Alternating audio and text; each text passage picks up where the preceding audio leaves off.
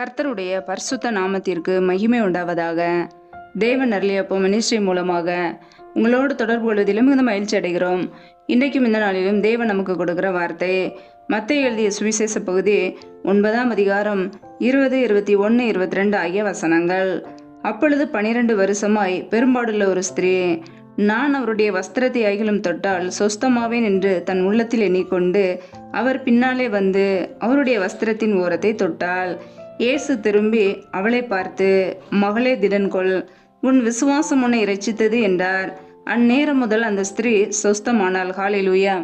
கிறிஸ்தவுக்குள் பிரியமானவர்களே, 12 வருடங்களாக உதிர போக்கினால் அவதியுற்ற பெண் மருத்துவர்களால் கைவிடப்பட்டாலும் இயேசு தன்னை சுகப்படுத்துவார் என்று முழுமையான விசுவாசம் அவளுக்குள்ளே இருந்தது. ஆனாலும் சிறிது தயக்கம்.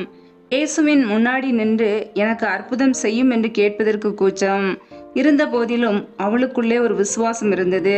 நான் இயேசுவின் ஆடையில் ஓரத்திலுள்ள ஒரு பகுதியை தொட்டால் சுகமாவேன் என்று முழு நிச்சயம் அவளுக்குள்ளே இருந்தது. ஜனக்கூட்டம் சூழ்ந்திருக்கும் வேளையிலே தன்னால் நடக்க முடியாத போதிலும் தவழ்ந்து வந்து இயேசு கிறிஸ்துவின் ஆடையை தொட்ட மாத்திரத்தில் ஒரு வல்லமை புறப்பட்டு வந்து அவளை சுகமாக்கியது. ஹல்லேலூயா.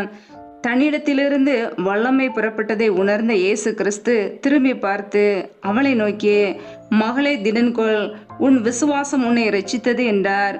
அவளது உள்ளத்தில் அளவு கடந்த மகிழ்ச்சி, நோயும் குணமானது. பிரியமானவர்களே, இன்றைக்கு நம்முடைய வாழ்க்கையில் கூட நம்முடைய விசுவாசமும் இயேசு கிறிஸ்துவை திரும்பி பார்க்க செய்ய வேண்டும். ஏனோ தானோ என்று நம் கடமைக்காக ஜெபிக்காமல் வைராக்கியத்தோடும் விசுவாசத்தோடும் நம்பிக்கையோடும் ஒவ்வொரு நாளும் நாம் போராடி ஜெபித்து தேவனிடமிருந்து சுகத்தை நாம் பெற்றுக்கொள்ள வேண்டும். ஹல்லேலூயா. ஒருவேளை பலவீனத்தோடு வியாதியோடு இந்த வீடியோவை நீங்கள் கேட்டுக்கொண்டு இருப்பீர்கள் என்றால் முழுமையான விசுவாசம் இயேசு கிறிஸ்து மீது வையுங்கள். அவர் உங்களை சுகப்படுத்துவார். ஹல்லேலூயா. அவர் உங்களுடைய வாழ்க்கையிலே அற்புதங்களையும் அதிசயங்களையும் செய்கிறவர்.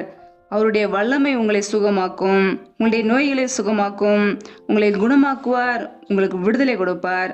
முழு விசுவாசத்தோடு நம்பிக்கையோடு இயேசு கிறிஸ்துவை சார்ந்து வாழுங்கள். கர்த்தர் உங்களை பலப்படுத்துவார், ஆசீர்வதிப்பார். ஹல்லேலூயா. கண்களை மூடி ஜெபிப்போம். எங்களை அதிகமாய் நேசிக்கிற எங்கள் அன்பின் பரலோக பிதாவை மெய் துதிக்கிறோம், ஸ்தோத்திரிக்கிறோம் அப்பா.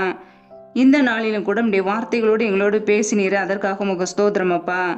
யாரெல்லாம் இணைந்து ஜெபிக்கிறார்களோ ஒவ்வொரு பிள்ளைகளையும் உடைய கரங்களிலே அர்ப்பணிக்கிறோம். ஒவ்வொரு பிள்ளைகளையும் ஆசீர்வதிப்பீராக, பலப்படுத்துவீராக. எந்தெந்த குடும்பங்களிலெல்லாம் வியாதியோடு பலவீனத்தோடு இருக்கிறார்களோ என் தேவன் பிள்ளைகளை சுகப்படுத்துவீராக. உண்மையே நாங்கள் முழு மனதோடு விசுவாசிக்கிறோம், உண்மையே சார்ந்து வாழ்கிறோம். எந்தெந்த குடும்பத்திலெல்லாம் பலவீனத்தோடு சோர்வோடு வியாதியோடு இருக்கிறார்களோ என் தேவன் அவர்களை பலப்படுத்துவீராக. அவர்களுடைய பலவீனங்களை எல்லாம் நீங்க செய்து அவர்களை சுகப்படுத்துவீராக. என் தேவனுடைய கரம் ஒவ்வொரு பிள்ளைகளையும் தொட்டு சுகமாக்கட்டும்.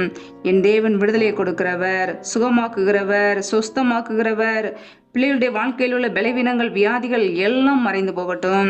உடைய பரிபூர்ண கிருபையினாலும் நன்மைகளினாலும் பிள்ளைகளை நிரப்புவீராக. உடைய சமூகத்திலே பிள்ளைகளை அர்ப்பணித்து ஜெபிக்கிறோம். தொடர்ந்து பிள்ளைகளோடு கூட தங்கிருங்க, பலப்படுத்துங்க.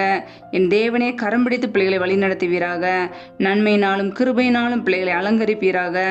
ஒவ்வொரு நாளும் பத்திரமாய் பாதுகாத்து கண்ணின் மணி போல வழி நடத்துகிற கிருபைக்காக உமக்கு நாங்கள் கோடா கோடி நன்றிகளை ஏறெடுக்கிறோம் அப்பா.